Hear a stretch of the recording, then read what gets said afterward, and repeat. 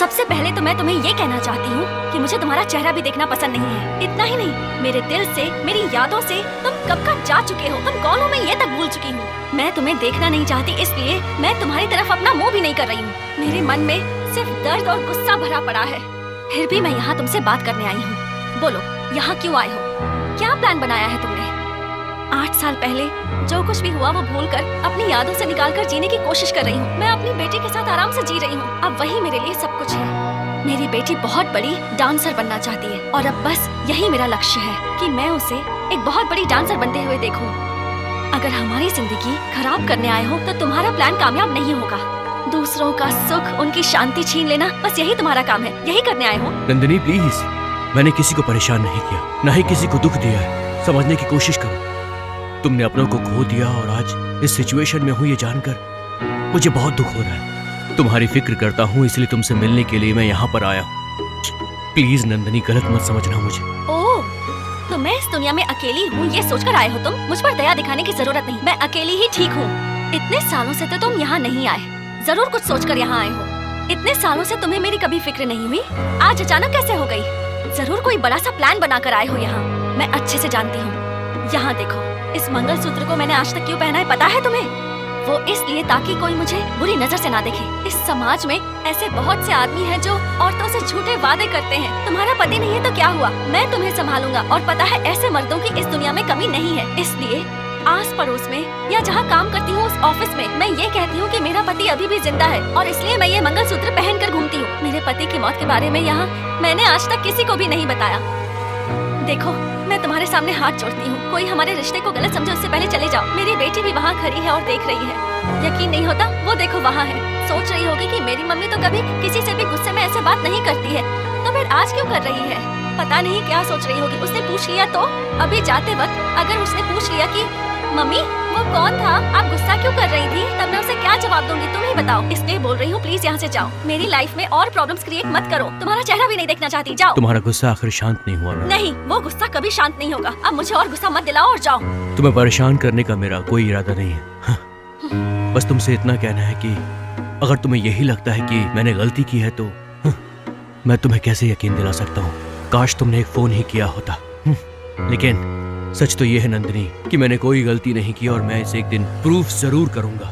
यही तो मैं कह रही थी कि तुम यहाँ जरूर कोई बड़ा प्लान बनाकर आए हो।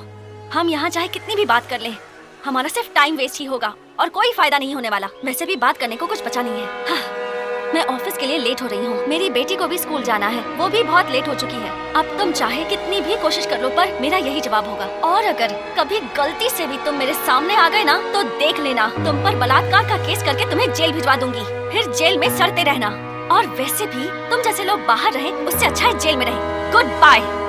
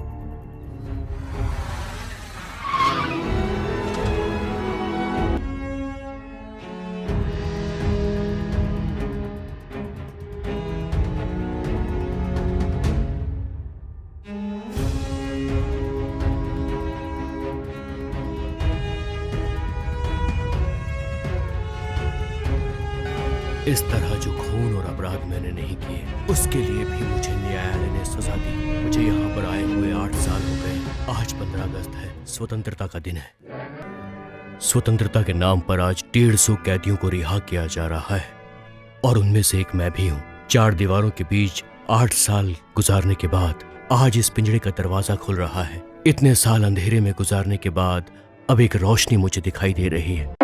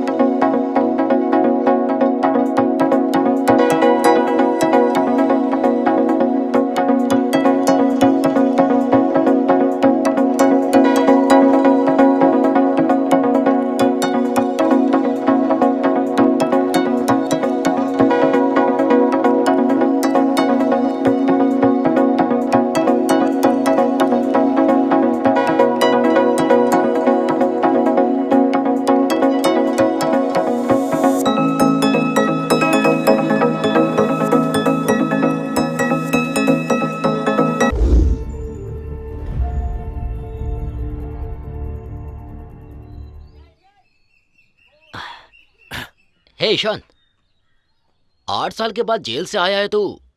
तुझे खुश रहना चाहिए यार। ऐसा चेहरा क्यों लटका रखा है तूने? जब तुझे ऐसा ही रहना था तो जेल से बाहर क्यों आया तू? मेरे जैसा आदमी अंदर रहे या बाहर रहे कोई फर्क नहीं पड़ता। चार्ली सब एक सा लगता है मुझे। यार तू ऐसी बातें क्यों कर रहा है? ये दुनिया बहुत खूबसूरत है, तुझे हर पल जीना चाहिए यार। आगे तुझे क्या करना है सोचा है तूने? देख, मैंने एक कंपनी ओपन की है, तू उसमें ज्वाइन कर ले। पार्टनर बन के यार, ओके? नंदिनी कैसी है? ठीक तो है ना वो? बोलना चार्ली। वो ए चार्ली, एक बार कहते कि वो ठीक है, बस इतना बोल दे। सच बता मुझे। जो बीत गया उसके बारे में क्यों बात कर रहा है शांत? इतना कुछ होने के बाद भी तू अभी भी... तू मेरा बहुत अच्छा दोस्त है इसलिए समझा रहा हूं। अगर हम सही रहेंगे तो हमारे पीछे बहुत लोग आएंगे। अगर गिर गए तो कोई नहीं आएगा। हमें अच्छे से अपने लिए जीना होगा यार। मेरी जिंदगी तो कब की खत्म हो गई है। मुझे अब किसी चीज की फिक्र नहीं है, कोई फर्क नहीं पड़ता। बस एक बार बोल दे कि नंदिनी अच्छी है। बोलना यार, कैसी है वो, बताना।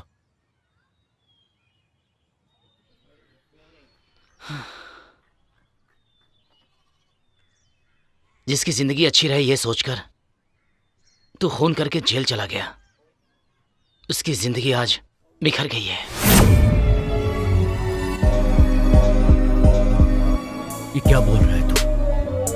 ये सच है यार। नंदिनी की जिंदगी बहुत अच्छे से चल रही थी। लगता है विधि को उसका अच्छे से रहना पसंद नहीं आया।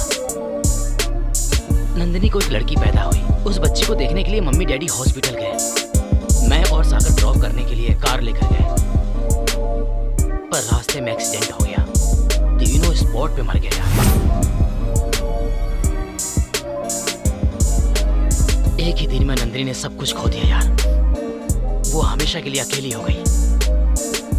उस बच्चे की हंसी देखकर अपने दर्द को भुलाने की कोशिश की उसने। जिंदगी बसाने के लिए वो काम पर लग गई। उसके काम और मेहनत को देखकर उसका प्रमोशन मुंबई ब्रांच में कर दिया गया। अभी वो बच्ची के साथ मुंबई में है। नंदिनी अभी मुंबई में कहाँ है? हाँ? शॉन, तू उसके पीछे फिर से क्यों जाना चाहता है?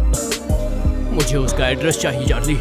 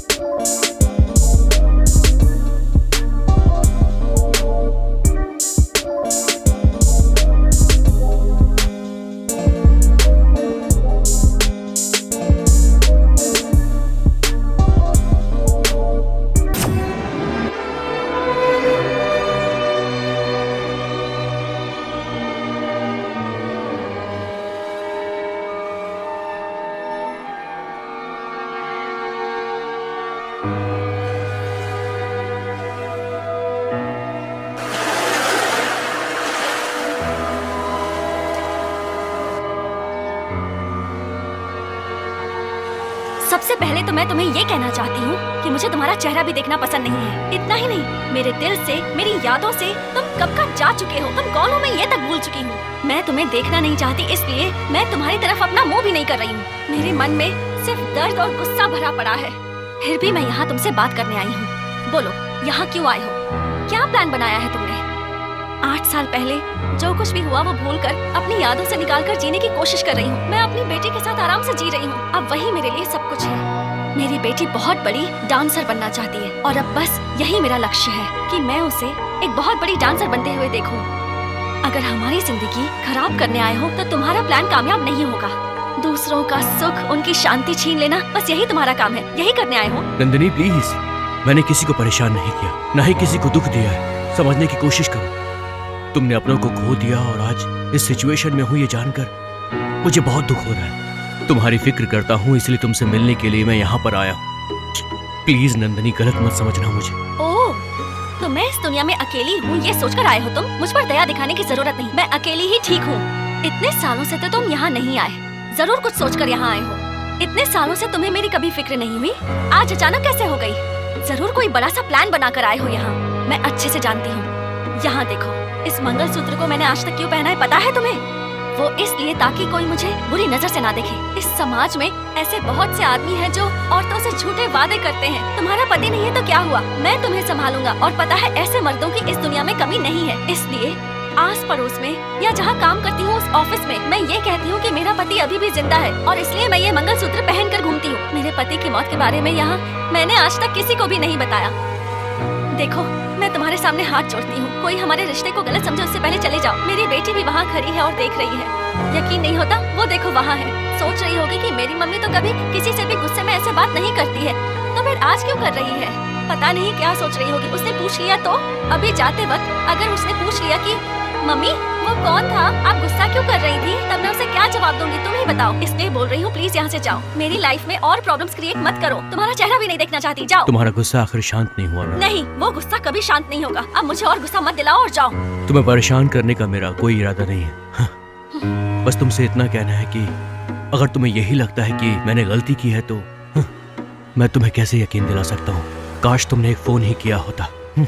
लेकिन सच तो ये है नंदिनी कि मैंने कोई गलती नहीं की और मैं इसे एक दिन प्रूफ जरूर करूंगा। यही तो मैं कह रही थी कि तुम यहाँ जरूर कोई बड़ा प्लान बनाकर आए हो।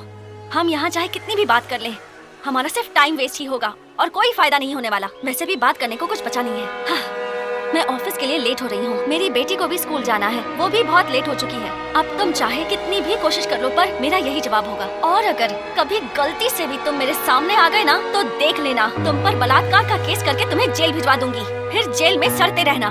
और वैसे भी तुम जैसे लोग बाहर रहे उससे अच्छा है जेल में रहे। Good bye.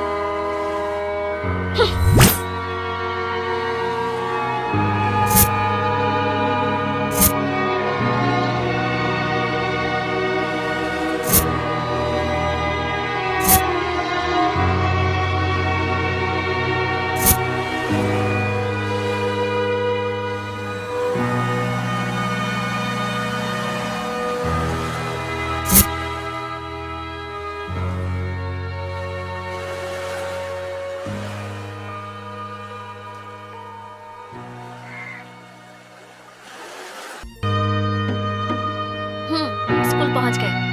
इतनी देर तक मैंने जो कुछ भी कहा उसे भूलकर अपनी पढ़ाई पर ध्यान देना।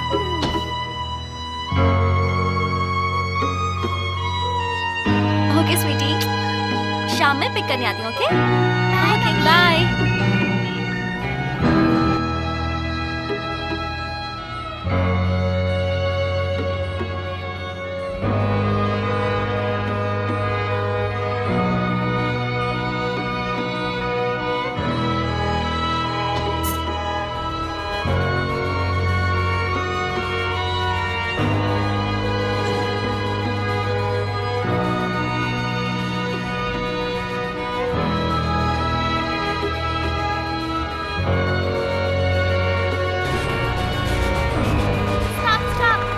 क्या हुआ बेटा? मुझे आगे तक ड्रॉप कर देंगे? हाँ बेटा, आ जाओ, आ जाओ, आ जाओ। Thanks uncle. आराम से।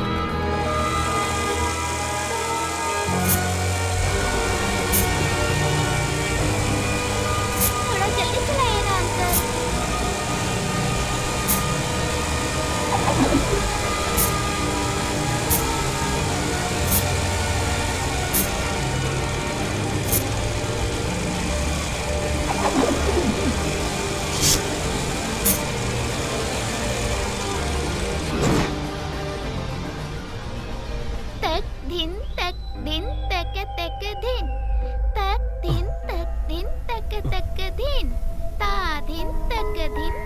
ये तो नंदिनी की बेटी है, तक दिन तक दिन तक तक लेकिन ये यहाँ पर आखिर क्या कर रही है? दिन तक तक दिन ता दिन देखता हूँ। तक तक दिन तक दिन तक दिन तक तक दिन ता दिन तक हेलो बेटा।